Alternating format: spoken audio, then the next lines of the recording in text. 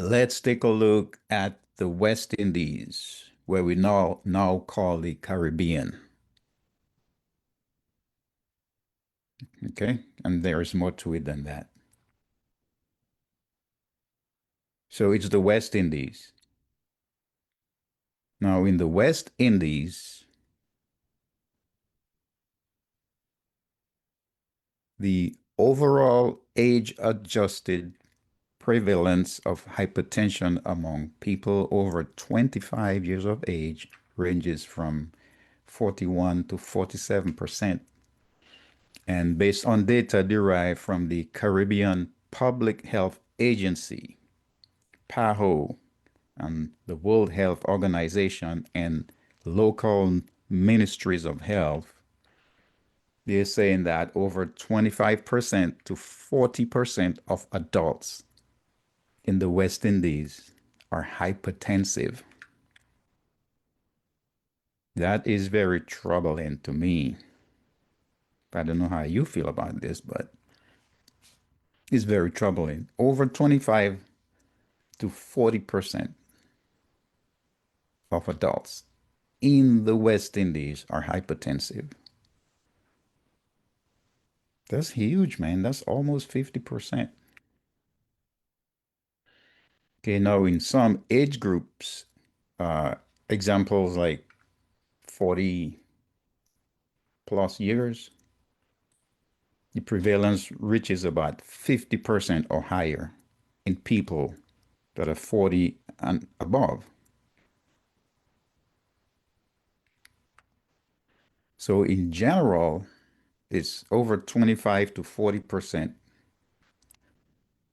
but more specifically to the folks that are 40 years plus, the prevalence reaches 50% or even higher than 50%. You guys ready for the next part?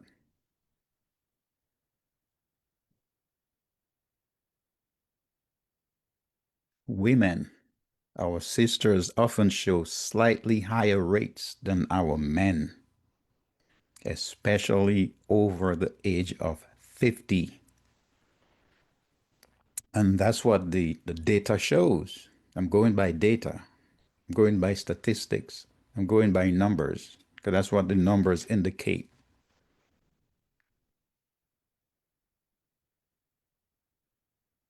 And here's the thing, man, like most are underdiagnosed. Most are underdiagnosed or not effectively managing the condition.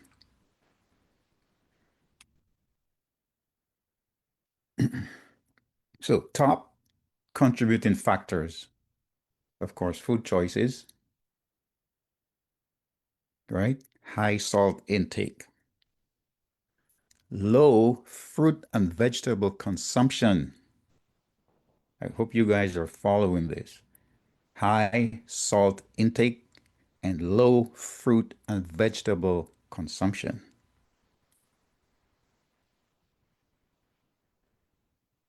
Because you could actually get adequate salt in your foods, in your vegetables, like celery, parsley, it's loaded with salt. They have natural occurring salts.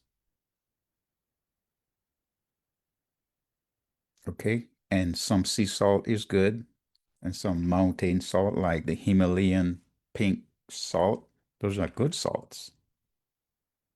So when we talk about high salt intake, we're talking about the processed or the ultra processed version of salt, that overly processed sodium that they add to the foods that you buy.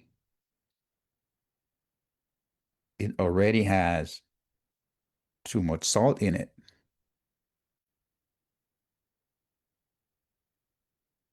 And also contributing factors, obesity and inactivity. There's a lot of obese people in the West Indies. I don't know why, but there's a lot. The West Indies with food, water, natural foods, coconut, sugarcane, pineapple, just name it. You got avocado, lime, orange. Come on, mangoes, papaya. You got soursop. I mean, you got everything. You got all the herbs. Got all the fresh water from the rivers just flowing endlessly. And why are we obese? And why are we inactive? Obesity and inactivity, sedentary lifestyles, and increasing obesity, especially in the urban areas.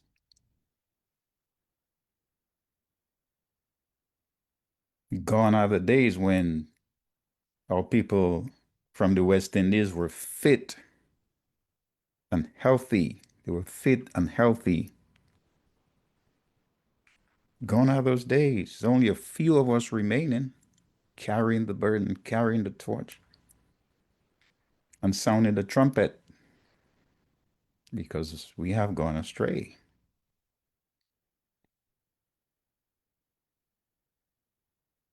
Everything's gone awry.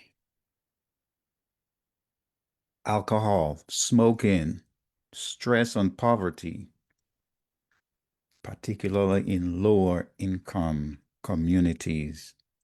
There is also the limited access to consistent medical care for medication in some of the islands in the West Indies.